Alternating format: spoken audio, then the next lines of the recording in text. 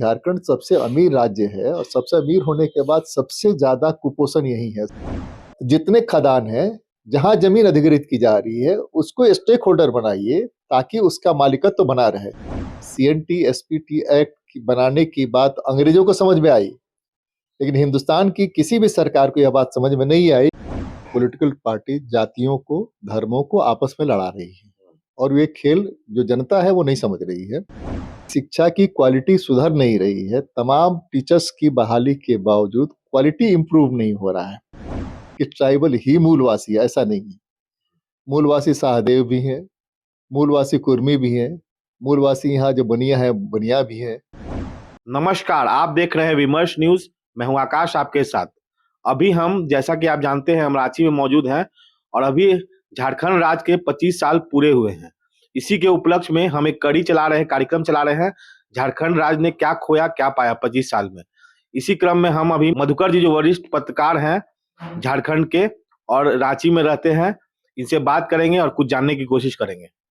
सबसे पहले आपका स्वागत है विमर्श न्यूज चैनल। धन्यवाद। इस अभी हम लोग जो कार्यक्रम चला रहे हैं 25 वर्ष में झारखंड ने क्या खोया क्या पाया, तो इसी क्रम में एक पहला सवाल आपसे ये करेंगे कि झारखंड राज्य में इस क्रम में स्थानीय नीति पे क्या काम हुआ है। स्थानीय नीति में अब तक कुछ फाइनल नहीं हुआ है, लेकिन कुछ जगह रिजर्वेशन नौकरियों में तय किए गए हैं कि जो डोमिसाइल होंगे यहाँ के, जिनका खतियान में नाम होगा 3rd ग्रेड और 4th ग्रेड की नौकरियों में, उनको प्राथमिकता दी जाएगी। अभी ऐसा कुछ फाइनल नहीं हुआ है जिससे कि डोमिसाइल नीति क्लियर हो।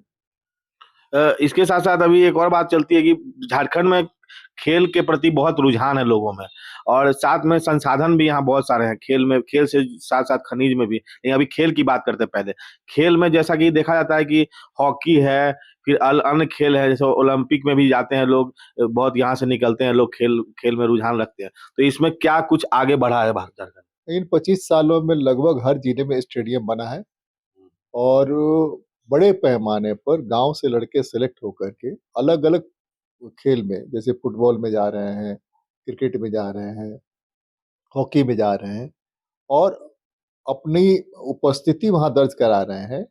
यह एस्टेब्लिश कर रहे हैं कि झारखंड में खेल की प्रतिभा बहुत ज्यादा है और इस प्रतिभा को अगर निखारने का काम राष्ट्रीय स्तर पर हो तो वो दुनिया में तहलका मचा सकते। इसके साथ साथ अभी आगे बढ़ेंगे और इसमें बात करेंगे कि स्थानीय नीति और खेल पर तो हमने जानकारी ले ली। खनिज संपदा की भरमार है इस राज्य में, तो इस पर बात करेंगे। खनिज संपदा का कैसे काम होता है यहाँ पे? खनिज संपदा में ट्रांसपेरेंसी है कि नहीं, पारदर्शिता है कि नहीं? देखिए, सबसे बड़ी दिक्कत ये है कि झारखंड हिंदुस्तान का सबसे अमीर राज्य है, लेकिन सबसे ज्यादा गरीब लोग यहाँ बसते हैं।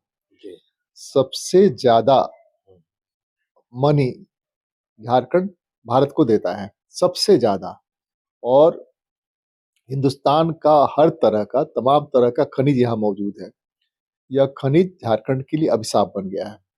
अभिशाप इस मामले में कि उससे जो नौकरियां निकलती हैं, उन नौकरियों पर मैक्सिमम दूसरे लोग कब्जा कर लेते हैं और उनके खेत, उनके खलिहान, उनके बगान, उनके जंगल काट करके उसका जो विनाश हो रहा है, उस विनाश का पता चलेगा आज से 20 साल बाद, जब यहाँ ऑक्सीजन का शॉर्टेज होने लगेगा और यहाँ के लोग या तो भाग करके असम चले जाते हैं या तरजीह नहीं मिलती है। कुछ लोगों को तरजीह मिलती है, कुछ लोगों को नौकरियों में मिलती है। तो यहाँ बहुत पहले एक कंसेप्ट आया था, वो कंसेप्ट था कि स्टॉक होल्डर बनाया जाए, जिसकी जमीन जा रही है वह भी उस कंपनी में उसका मालिक हो। जैसे मान लीजिए कोयला की खदान है, तो कोयला की खदान में कोल इंडिया, सीसीएल या इस तरह कंपनियां जो हैं, उन खदान में जो उनकी जमीन ली जा रही है, बिजली बनाने की उनकी जमीन ली जा रही है, डैम बनाने के लिए उनकी जमीन ली जा रही है, तो उससे जो आमदनी होती है, उस आमदनी का हिस्सा, जितनी जमीन उनकी जा रही है, उसके हिसाब से उस रॉयल्टी हर साल भुगतान हो। तो डैम की बात आपने की, तो डैम में विस्थापितों को बसाया गया कि नहीं, पुनर्वास किया गया कि नहीं? डैम में जो विस्थापित बसे, वो विस्थापितों की संख्या कंपैरेटिवली कम है। जितने विस्थापित लोग हुए, उन विस्थापितों को जगह नहीं मिली।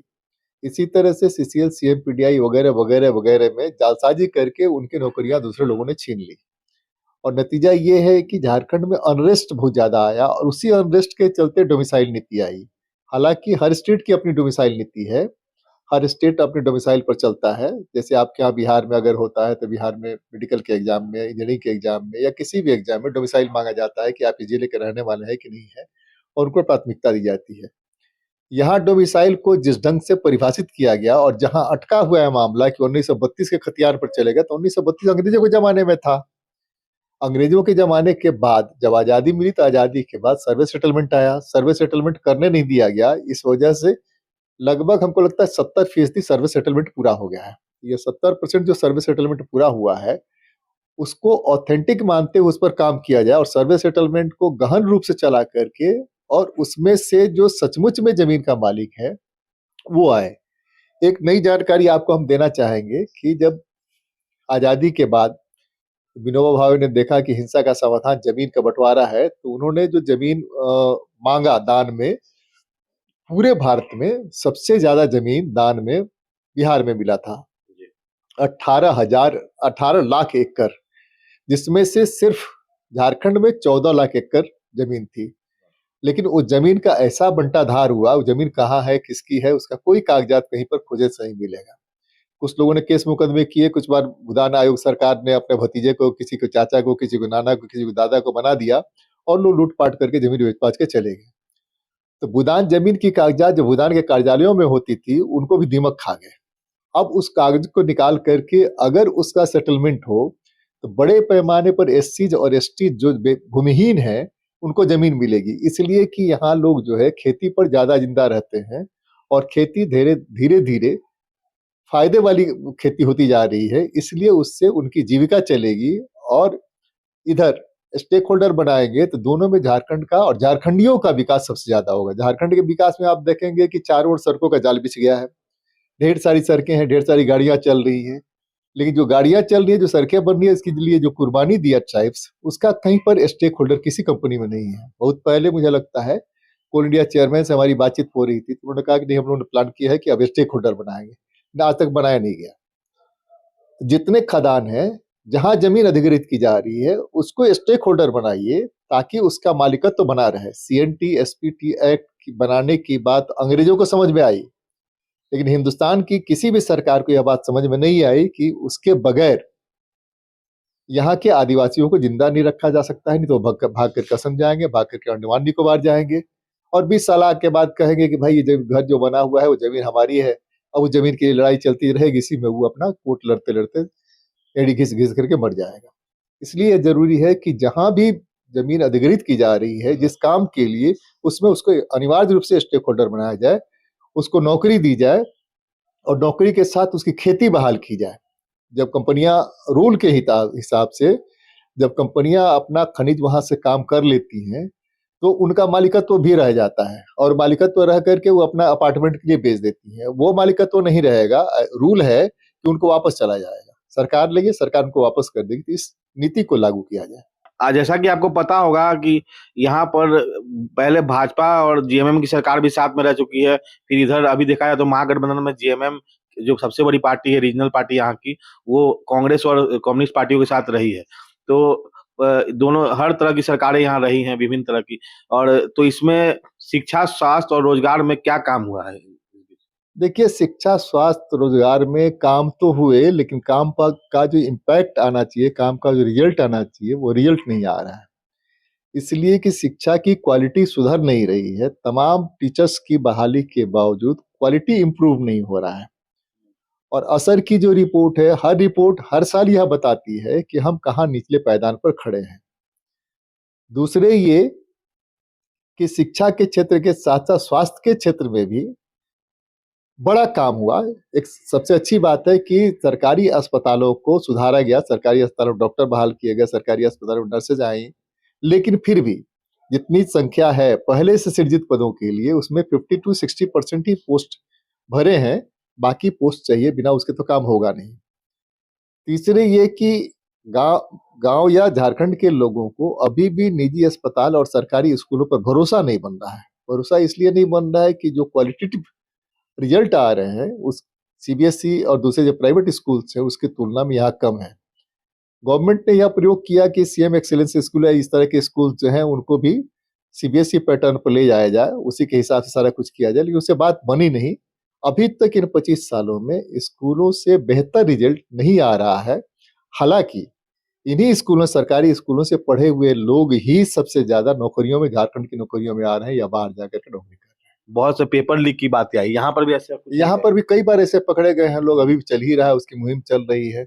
मुखिया जी सिर्फ वहीं बिहार में ही नहीं काम करते, मुखिया जी झारखंड में भी काम करते थे। झारखंड में भी कई, मुझे लगता है कि सैकड़ों लोगों को बहाल कराया, उन्होंने मेडिकल इंजीनियरिंग की डिग्री दिलवाई। तो इस तरह की गड़बड़ी तो है, और इस तरह की गड़बड़ी पॉलिटिकल जो मास्टर है, वो मास्टर अगर ईमानदार होगा, उसकी नीयत ठीक होगी, तो बरकत भी होगी। में एक सवाल आ रहा है कि यहाँ पर देखा जाता है कि 3 तरह की श्रेणी में ये राज्य बताया जाता है। अभी जैसे कि एक तो आदिवासी हो गया, कुछ लोग कहते हैं कि दिक्कू की राजनीति होती है, दिक्कू मतलब बाहरी कहते हैं लोग। अभी है कि कुर्मी आदिवासी के बीच में लड़ाई चल रही है, तो इस राज्य में कैसा अभी समीकरण है? देखिए, जो पॉलिटिकल पार्टीज है, पॉलिटिकल पार्टी जातियों को, धर्मों को आपस में लड़ा रही है, और ये खेल जो जनता है वो नहीं समझ रही है, उस खेल के पीछे पीछे घूम रही है। ट्राइबल होने के कारण और ट्राइबल को आइडेंटिफाई करने की जो मुहिम चली थी, उसके अपने कारण थे, पूरे कारण थे। इससे वो ट्राइबल रह गए और ये कुर्मी रह गए, इसलिए कि उनके साथ इनका कोई मेलजोल नहीं है। अब ये कह रहे हैं कि नहीं, हमको 40 में या 35 में या 30 में हटा दिया गया था। 1950 जो भी कह रहे हैं, हटा दिया गया, तो किसने हटाया? उस समय कहाँ थे आप? उस समय आपको बोलना चाहिए था। तो ये राजनीति है, कहीं भाजपा की राजनीति, कहीं जेएमएम की राजनीति है, कहीं आरजेडी की राजनीति है, कहीं कांग्रेस की राजनीति है। ये राजनीति चल रहा है। आपको मैं बताऊं कि झारखंड सबसे अमीर राज्य है, और सबसे अमीर होने के बाद सबसे ज्यादा कुपोषण यही है, सबसे ज्यादा कुपोषित लोग यही है, सबसे ज्यादा एनेमिक लोग यही है, सबसे ज्यादा बौने यहीं पर है, सबसे ज्यादा परेशान बदहाल लोग यही है, और सबसे ज्यादा मानव तस्करी यहीं से होती है। वह भी तब जबकि झारखंड इस देश का सबसे अमीर राज्य है और दुनिया के कई राज्यों की तुलना में सबसे अमीर राज्य है। सिर्फ उसको स्ट्रीमलाइन नहीं हो पा रहा है, स्ट्रीमलाइन नहीं कर पा रहा है, इस वजह से ये स्थिति है। अब यहाँ फूड का पैकेट दे रहे हैं, जबकि यहाँ सहजन है, सहजन खिला करके आप उन लोगों को कर सकते हो। बहुत सारी चीजें, आंवला है, जायफल है, तोड़ करके दूसरे लोग ले जाते हैं, बड़ी कंपनियां ले जाती हैं और आयुर्वेद की चीजें बनाती है, जिससे कि उनका पोषण दूर होता था। खेतों में अपने कीटनाशक डाल दिया, खेतों में फर्टिलाइजर डाल दिया, इसकी वजह से क्या हुआ? खेत में मछलियां नहीं मिलती हैं। पहले लोग जाते थे, रोपा डोभा करते थे, रोपा करते थे, उसके बाद मछली मार के लाते थे, केकड़ा मार के लाते थे, कुपोषण नहीं होता था। मड़ुआ आपने छीन लिया, कोदो छीन लिया, जो मोटे अनाज से सब छीन लिया। अब कह रहे मोटे अनाज लगाओ। तो जो टोपोग्राफी है यहाँ की, इस टोपोग्राफी में पानी जो ऊपर वाला टाड़ वाला इलाका, साइबर क्राइम भी यहाँ बहुत, साइबर क्राइम तो यहाँ भयंकर है। जामताड़ा से शुरू हुआ और ये साइबर क्राइम पूरे देश में फैल गया, अब तो पूरी दुनिया में काम कर रहा है। तो साइबर क्राइम को कंट्रोल करने का एक बड़ा मुहिम चला है और कंट्रोल हो रहा है अभी फिलहाल। आखिरी सवाल में बढ़ते हैं। झारखंड को अगर अच्छे सफल राज्य और बड़े पर चिन्हों पे चलना है, तो किसमें क्या अपील करना चाहेंगे झारखंड के लोगों से आप? एक तो यह जरूरी है कि हर सरकार के पास अच्छे सलाहकार हों। जब अच्छे सलाहकार होंगे तो वो अच्छा सलाह देंगे। सिर्फ खुशामदियों से सरकारें नहीं चलती हैं। जो सरकार चलाता है वो सरकार सिर्फ और सिर्फ अपना भला करती है, राज्य और जनता का भला नहीं कर पाती है। एक अच्छे सलाहकारों को हर जगह रखा जाए, उनको मॉनिटर किया जाए, उनको काम करने का मौका दिया जाए और उससे रिजल्ट देखा जाए। 1 साल में देखा जाए, 1 साल में परिणाम आने लगेगा। सरना धर्मघट की बात चलती है, तो इसमें ये यहाँ के विधानसभा में प्रश्न भी उठा था बहुत सारे नेताओं के द्वारा, लेकिन अभी तक पारित नहीं किया गया इस पर। सरना धर्म को था कि जो कोड है जनगणना का, उस कोड में शामिल किया जाए। जब इस तरह का सर्वे हो, सरना को रखा जाए। ये कोई ऐसी बड़ी बात नहीं है कि सरना को नहीं रखा जा सकता है, लेकिन पॉलिटिक्स हर जगह है। यहाँ भी पॉलिटिक्स चल रही है और सेंटर भी पॉलिटिक्स कर रही है, लेकिन सेंटर की पॉलिटिक्स की वजह से नुकसान अभी चुनाव में आपने देखा कि पिछला चुनाव जो हुआ विधायक का, सांसद का, उस चुनाव में क्या मुंह की खानी पड़ी। इसलिए सरना को कोड में बहाल किया जाना चाहिए। आखिरी सवाल, मूलवासी के बारे में बात होती है, तो झारखंड में बहुत तरह के लोग हैं, विभिन्न मजहब, विभिन्न जाति, धर्म, जनजाति के लोग हैं। मूलवासी किसे कहेंगे आप? मूलवासी जो लोग आजादी के पहले से यहाँ रहते आए हैं, मान्यता यही है कि वो मूलवासी हैं। मूलवासी के बारे में भी अपनी अपनी मान्यताएं सब लोगों की है कि ट्राइबल ही मूलवासी है, ऐसा नहीं है। मूलवासी शाहदेव भी हैं, मूलवासी कुर्मी भी हैं, मूलवासी यहाँ जो बनिया है, बनिया भी है, मूलवासी जो है राजपूत रहे हैं, राजपूत भी रहे हैं।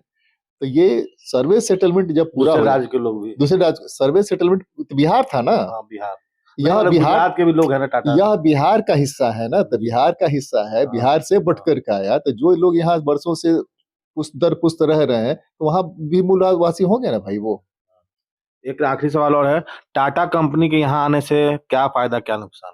टाटा कंपनी ने पूरे राज्य में अगर सबसे ज्यादा रेवेन्यू देने का काम किया, सबसे ज्यादा नौकरियां दी और सबसे ज्यादा इंफ्रास्ट्रक्चर खड़े किए, तो टाटा कंपनी को इसके लिए साधुवाद दिया जाना चाहिए। तो जैसा कि हमने वरिष्ठ पत्रकार, झारखंड के मशहूर पत्रकार मधुकर जी से बात की और हर विभिन्न मिसलों पे बात की झारखंड से जुड़े हुए, और हमने जाना कि इन्होंने बेबाक तरीके से और दो टूक तरीके से अपनी बात रखी, और ये बात आगे दूर तक जाएगी हमें लगता है। अगर आपको इनका विचार अच्छा लगा हो तो कमेंट सेक्शन में जरूर बताएं। अगर फेसबुक पे देख रहे हैं तो लाइक करें, फॉलो करें। यूट्यूब पे देख रहे हैं तो लाइक करें, सब्सक्राइब करें तथा हमारे चैनल पे जा करके हर तरह के वीडियो को देख सकते हैं, सामाजिक और आर्थिक। तब तक के लिए मैं आकाश, न्यूज़ के लिए धन्यवाद।